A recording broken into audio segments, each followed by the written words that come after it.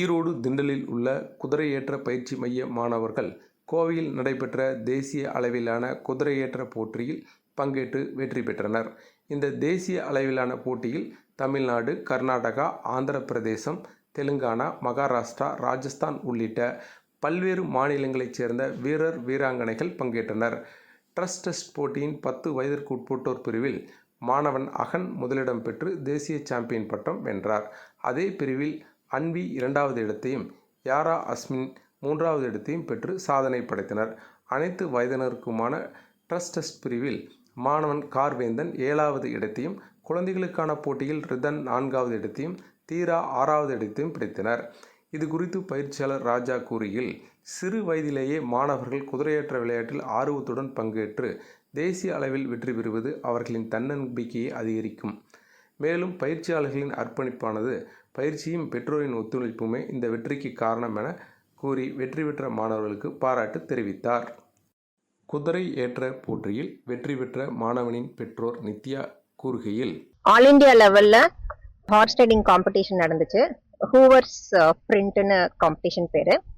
Erode horse riding கிளப்ல இருந்து participate பண்ணாங்க 3 டிஃப்ரெண்ட் கேட்டகரிஸ்ல. அண்டர் 10 ட்ராட் டெஸ்ட்ல கம்ப்ளீட் ஸ்வீப் பண்ணிட்டாங்க. ஃபர்ஸ்ட் 3 கேட்டகரிஸ் வந்து Erode horse riding club students தான் வின் பண்ணாங்க. இந்த காம்படிஷன் ப்ரிப்பரேஷன் வந்து ஒரு 1 இயரா போயிட்டு இருக்குது. ஸ்டூடெண்ட்ஸ் வந்து ரொம்ப கான்ஃபிடென்ட்டா இங்க ரைட் பண்றாங்க. பட் இது எல்லாமே பாத்தீங்கன்னா கோச்சஸ் தான் வந்து அந்த கிரெடிட் போய் சேரும். ஹார்ஸ் ரைடிங் ரைட் பண்றதை விட it starts with exercise. 1 hour exercise வந்து டெய்லி பண்ணுவாங்க. ஸோ அது எதுக்காக பண்றதுன்னா வந்து அவங்களோட muscle strength and calf and core strength increase பண்றதுக்காக.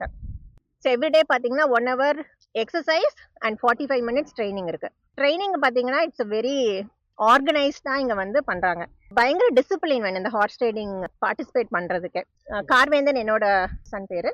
He participated in a trot test open category and he secured 7th place.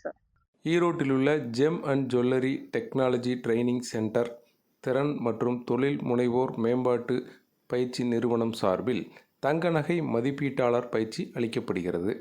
வரும் ஆகஸ்ட் மாதம் 3ஆம் தேதி முதல் ஆகஸ்ட் மாதம் 12ஆம் தேதி வரை 10 நாட்களுக்கு பயிற்சி நடைபெறுகிறது.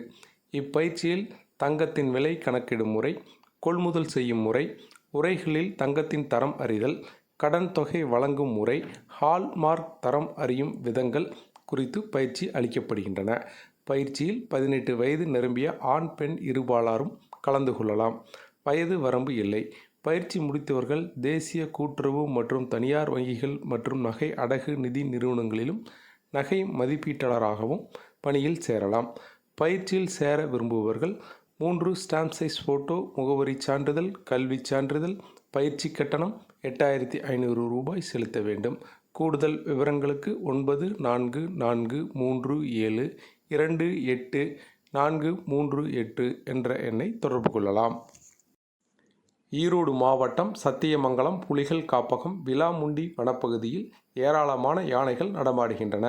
இந்த வனப்பகுதி வழியாக சத்தியமங்கலம், பவானிசாகர், மேட்டுப்பாளையம் சாலை அமைந்துள்ளது.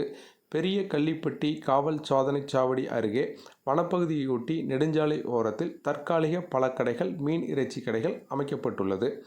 வனப்பகுதியிலிருந்து வெளியேறும் மக்னா யானை பழக்கடைக்குள் புகுந்து அங்கு இருந்த பழங்களை தின்றுவிட்டு கடையை சூறையாடியது. இதைத் தொடர்ந்து அவ்வழியாக சென்ற வாகன ஓட்டிகளையும் துரத்தியது.